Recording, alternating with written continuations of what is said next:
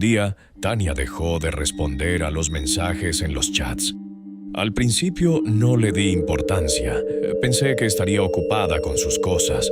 Era una mujer adulta, independiente y libre, aunque para nuestra madre siempre fuimos sus niños, y por eso enseguida se alarmó.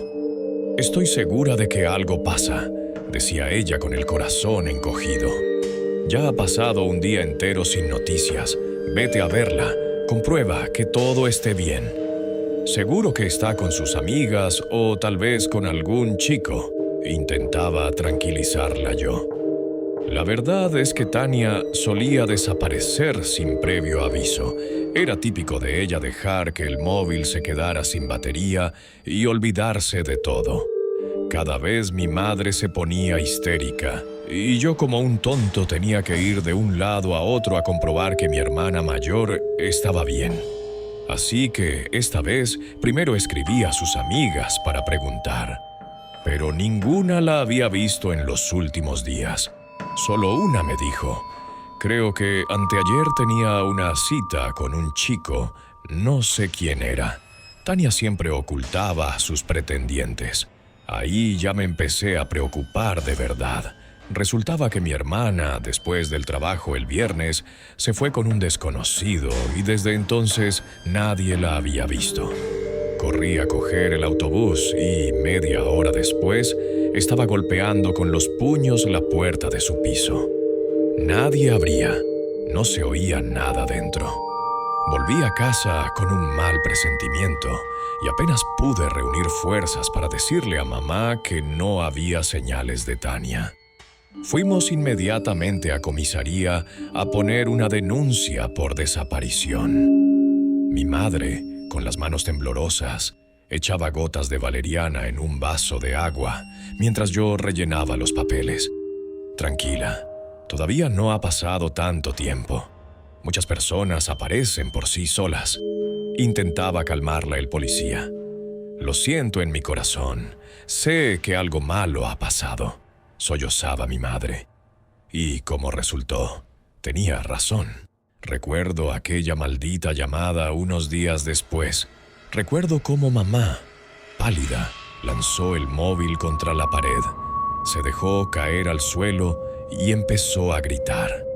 Yo lo entendí todo al instante. Mi hermana estaba muerta. Tuve que llamar a una ambulancia para mi madre. Estaba al borde de un colapso nervioso.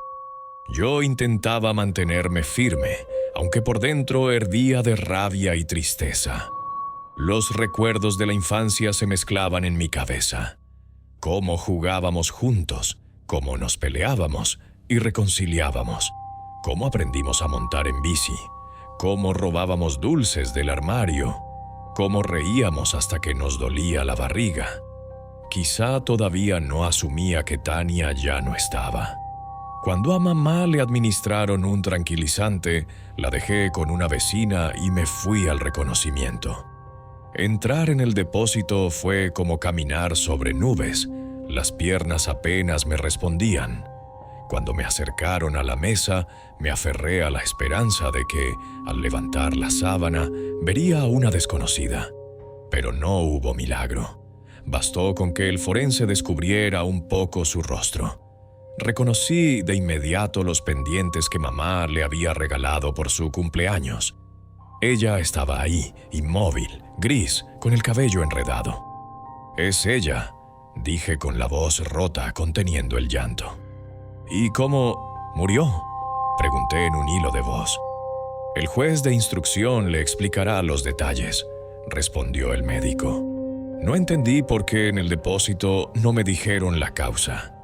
Pero en la comisaría finalmente lo supe. A Tania la habían destrozado a cuchilladas, le abrieron el abdomen y le sacaron los órganos. Los perros callejeros los habían esparcido por los alrededores. Las fotos de la escena eran insoportables. Casi vomité sobre la mesa del inspector y, para colmo, empezaron a interrogarme como si yo fuera sospechoso. Por suerte tenía una coartada sólida, las cámaras de un supermercado al otro lado de la ciudad. Rabia, Una rabia indescriptible me devoraba. ¿Quién podía cometer semejante atrocidad?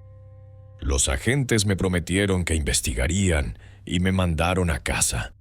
Pasaron un par de meses. A Tania ya la habíamos enterrado.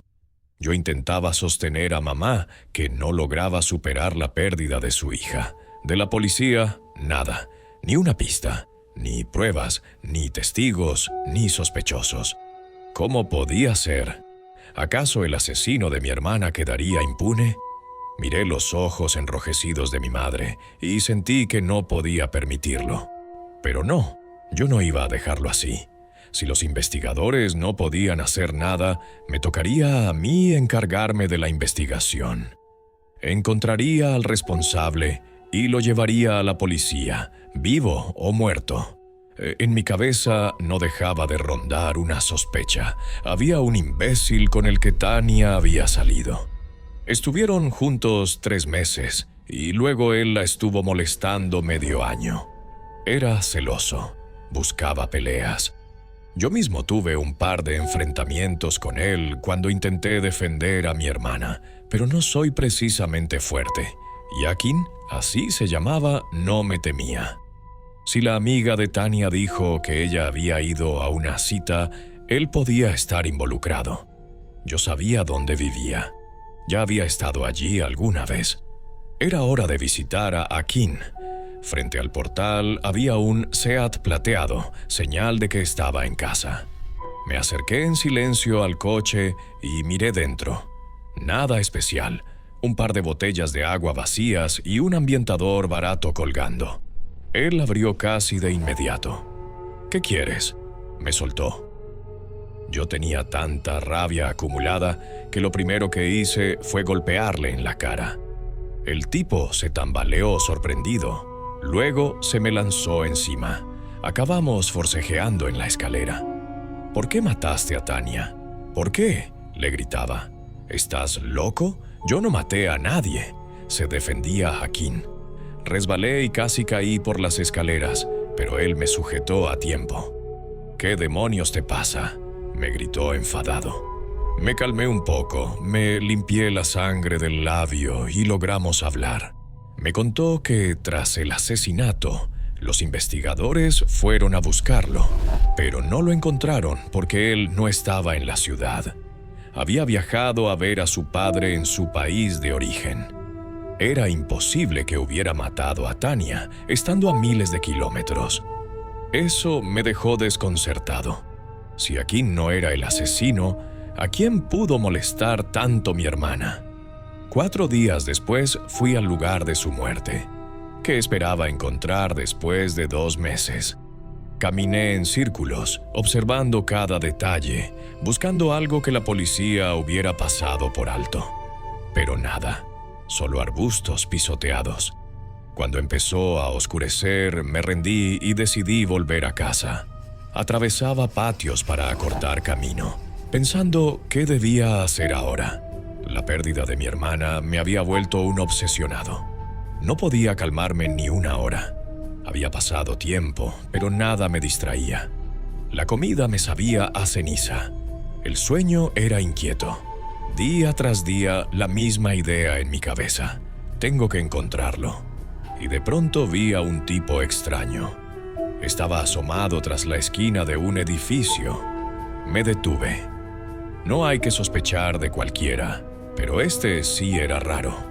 Su rostro estaba cubierto por una máscara de lana con bordados de colores, como un gorro que bajaba hasta el cuello, pero con agujeros para la cara. Una boca de hilo rojo, círculos azules alrededor de los ojos, incluso pelo de lana marrón. Ese hombre se quedó mirándome fijamente, como con miedo. ¡Qué demonios! Era verano, y hasta de noche hacía más de 30 grados.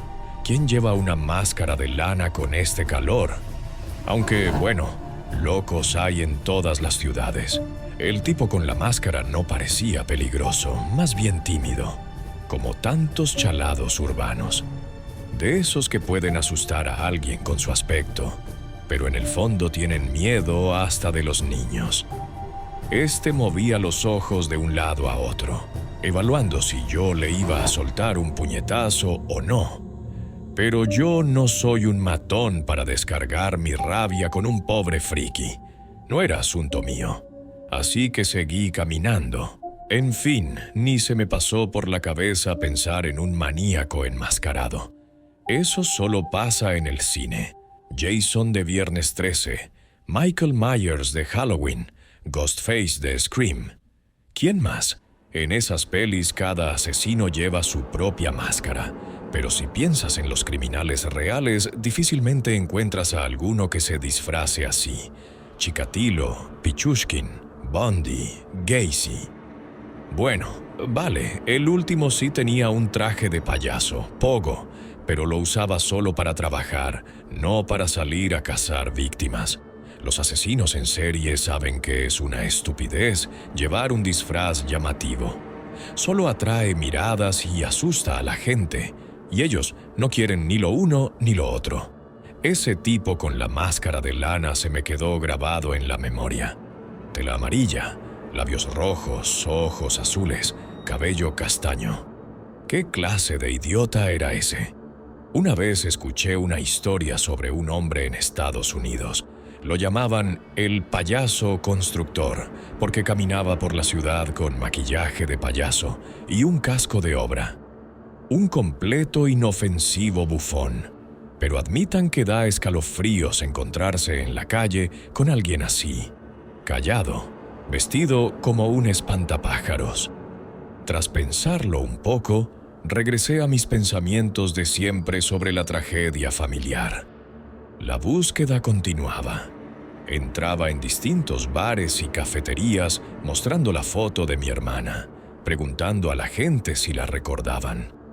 Pero cuanto más intentaba aclarar las cosas, más me convencía de que el asesinato de Tanya era un callejón sin salida. Tenía que dejar de perder el tiempo, volver a mi vida, a mi trabajo, cuidar de los que aún estaban vivos. Era una decisión dura, pero sensata. Y entonces un amigo me mandó un enlace a un artículo.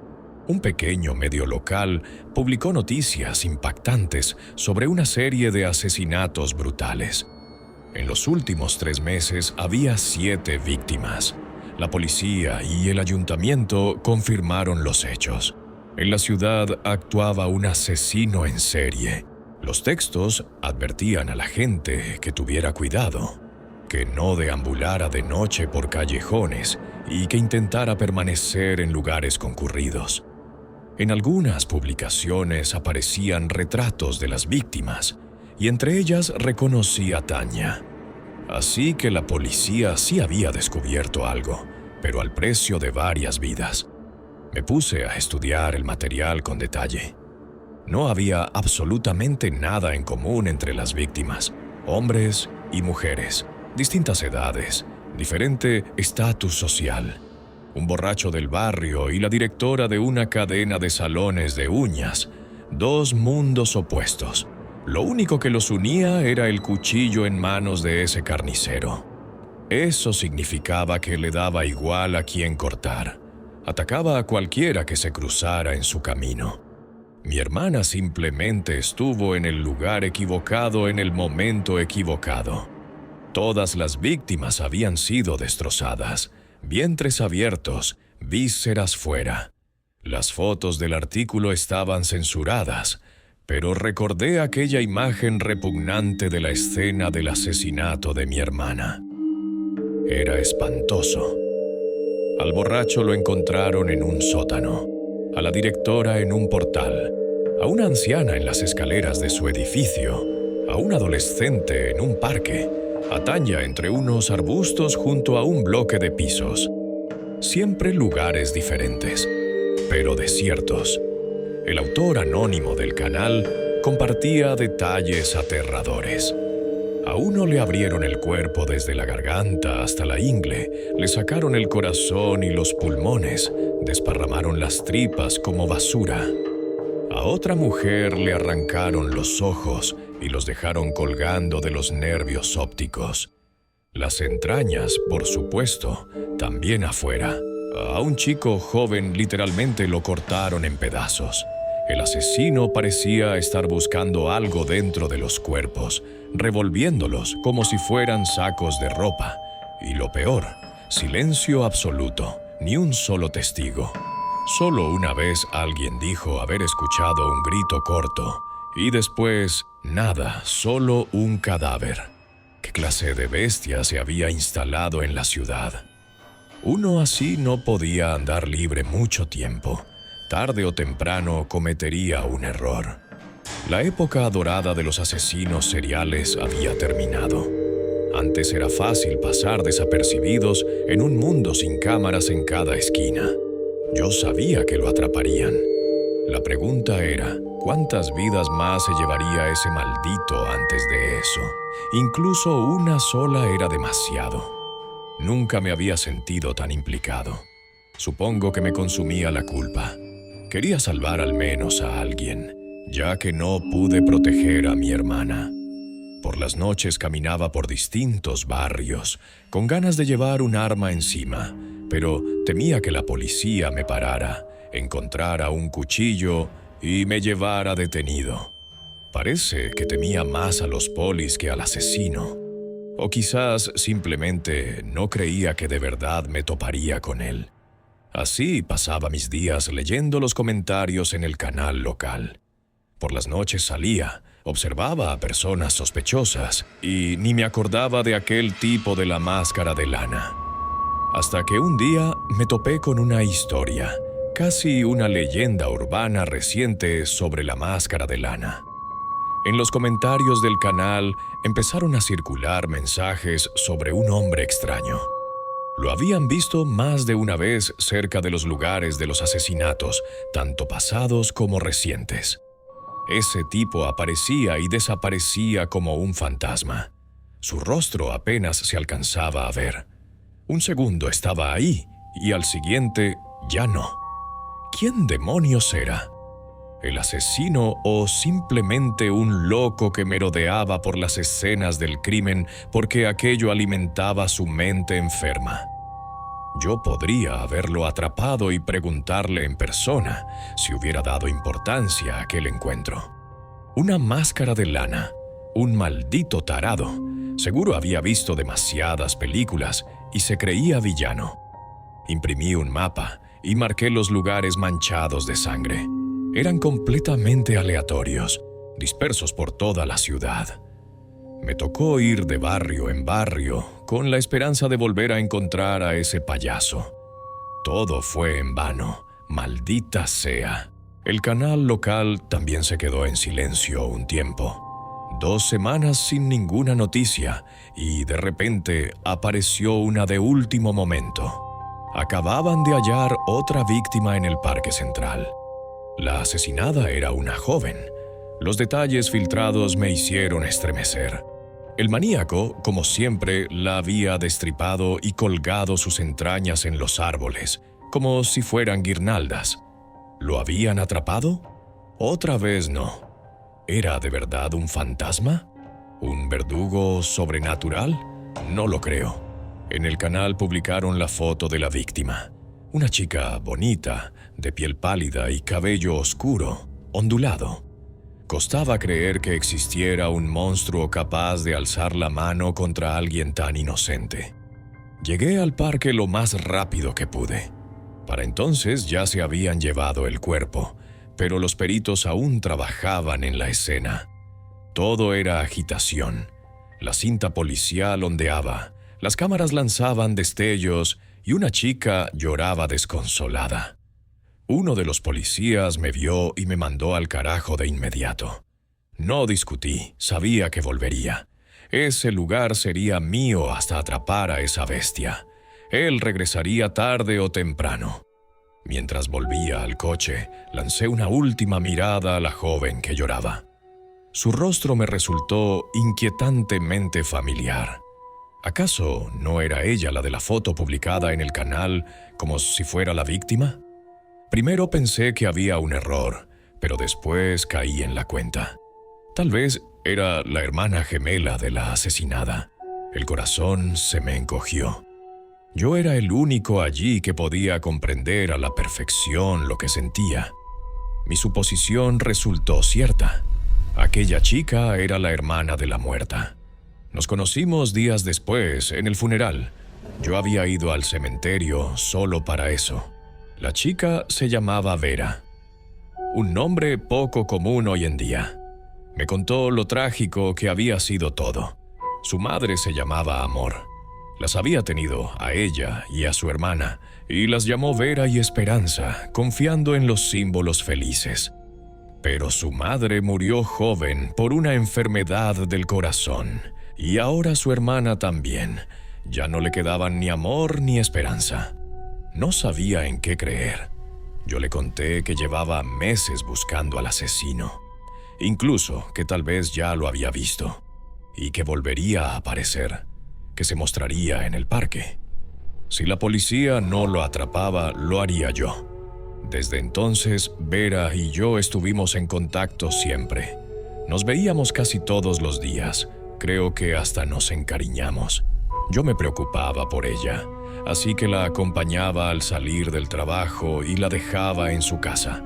Vera trabajaba en una librería y el camino hacia su barrio pasaba justo por el parque. No sé, quizá empecé a sentir algo. Era difícil saberlo, con el corazón desgarrado entre dolor, miedo y rabia. Una noche, mientras caminábamos bajo el mismo paraguas, Vera confesó: «Me gusta pasar tiempo contigo. Me siento tranquila a tu lado».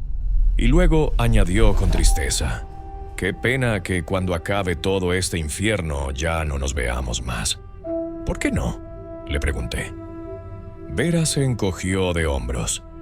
«Creo que podríamos ser amigos o no lo sé. Pero no quiero unirme a alguien en medio de tanta desgracia. Tú y yo tendremos que seguir adelante. Y eso es más difícil si cada vez que miro a la persona de al lado recuerdo cuál fue la razón de nuestro encuentro. ¿Qué haríamos? ¿Cuidar de nuestras heridas para siempre? No quiero vivir así».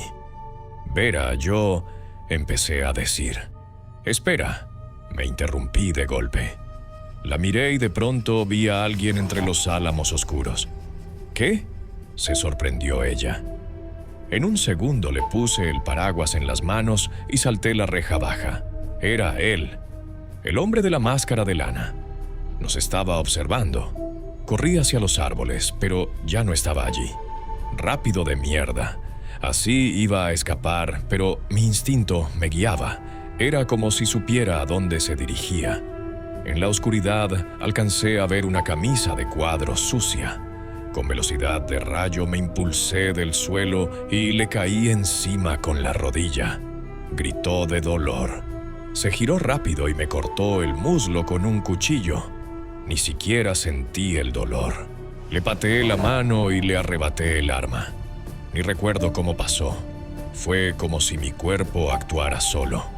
El desgraciado de la máscara de lana abrió los ojos desorbitados y se lanzó sobre mí como un demente. Yo extendí el cuchillo frente a mí. La hoja se le hundió en el vientre. Así terminó nuestra pelea. El hombre de la máscara de lana retrocedió, bajó la cabeza y miró la mancha roja que se extendía por su camisa. Y entonces hizo algo que aún aparece en mis pesadillas. Agarró la herida con ambas manos y empezó a desgarrarla. Era espantoso. El maníaco tiraba con fuerza de la abertura en su abdomen, haciéndola más grande. Sus tripas cayeron al suelo. Yo me quedé paralizado, y él me levantó la mirada y murmuró con voz ronca: «¿Hilos?» «¿Qué?», pregunté sin aire. «Hilos. También están dentro de mí. ¿Los ves? Yo también estoy tejido. Todo en el mundo está hecho de hilos». El hombre de la máscara de lana se desplomó en un charco de sangre y quedó inmóvil. «Dima, ¿estás bien?», gritaba Vera desde lejos. Yo no me apresuré a tranquilizarla. Primero necesitaba ver la cara de ese cabrón. Apretando mi herida en la pierna, me acerqué al cuerpo, lo giré y arranqué la máscara. No era ni siquiera un rostro, sino una grotesca imitación estirada sobre el cráneo. Una piel fina, casi traslúcida, llena de cicatrices y pliegues antinaturales, ojos casi blancos, boca torcida en una sonrisa muerta que dejaba ver dientes ennegrecidos y quebrados. Ahora entendía por qué necesitaba esa estúpida máscara. Lo que escondía debajo ni cara podía llamarse. Pero era un hombre, ni fantasma ni monstruo. Un hombre. Al poco rato se oyeron sirenas. Vera ya había llamado a la policía. La pesadilla había terminado. Mucho después me enteré de la historia de ese asesino. Solo recientemente publicaron los detalles en el canal local. Los investigadores descubrieron que había nacido deforme, en una familia rota. Su madre lo tuvo en casa y, al verlo, comprendió que aquello no debía ser mostrado nunca a nadie. Lo criaron encerrado en un piso, sin dejarlo salir. Sus padres bebían y se drogaban con todo lo prohibido. Tal vez por eso el hijo nació así. El padre lo despreciaba por feo, y de la madre tampoco recibía cariño. La única que lo trataba con ternura era la abuela. Fue ella quien le tejió varias mascaritas para que no se avergonzara de su rostro. El niño nunca fue a la escuela. La abuela le enseñó a leer y escribir. Ella era la única luz en su vida oscura. Pero nadie vive para siempre. Cuando la anciana murió, la madre huyó de casa. Pasaba el tiempo en antros, contando a los borrachos lo desgraciada que era su familia. Los investigadores reconstruyeron la historia a partir de rumores. El resto lo supieron por los cuadernos que el propio chico había dejado. Eran notas breves, pero reflejaban bien su mundo esquizofrénico. El muchacho feo se quedó a vivir en el piso con su padre, como una mascota. Pasaba los días en su habitación, mirando por la ventana, regando flores secas con la esperanza de que revivieran. El padre lo golpeaba a diario cuando lo veía, así que el chico aprendió a ser callado e invisible. Sabía a dónde correr y dónde esconderse mientras el padre deambulaba por la casa. Escribía en pedazos de papel: «Papá hace tiempo que no me ve. Aprendí a desaparecer. Papá busca. Yo me escondo. Él es tonto». Jugaba a eso hasta que el padre olvidó que no vivía solo. En otra nota quedó reflejado su crecimiento. «Papá no entiende a dónde se va la comida. Papá gruñe. ¿Quién se la comió otra vez? Yo soy invisible. Papá se hizo pequeño y yo me hice grande». Tenía también notas extrañas, como aquella: «La araña en el rincón teje hilos grises. Dibujo bonito. En la calle los cables, hilos negros. ¿Quién los tejió? Mi abuela también tejía hilos. Ella me tejió una cara bonita. Todas las personas tienen caras. ¿Quién las tejió?». En algún momento el chico dejó de temer a su padre y se escondía solo por costumbre. Un día, el viejo borracho medio muerto sorprendió a su hijo en la cocina. El autor de los escritos lo contaba así: «Yo cortaba pan. El pan cayó. Papá oyó y vino a la cocina. Y ahí estaba yo. Papá gritó, se asustó mucho. Yo estaba desnudo y solo llevaba puesta la cara. Papá gritaba: «¿Quién eres? Vete de mi casa». Yo lo piqué con el cuchillo. Papá murió». Así mató a su propio padre y siguió viviendo en el piso con el cadáver. El esquizofrénico deforme escribió sobre eso lo siguiente: «Le abrí la barriga a papá. Ahí había hilos gordos y mojados, de muchos colores. Papá también estaba tejido. Ahora huele muy mal. La ropa de papá me queda bien». Cuando en la casa se acabó la comida, el chico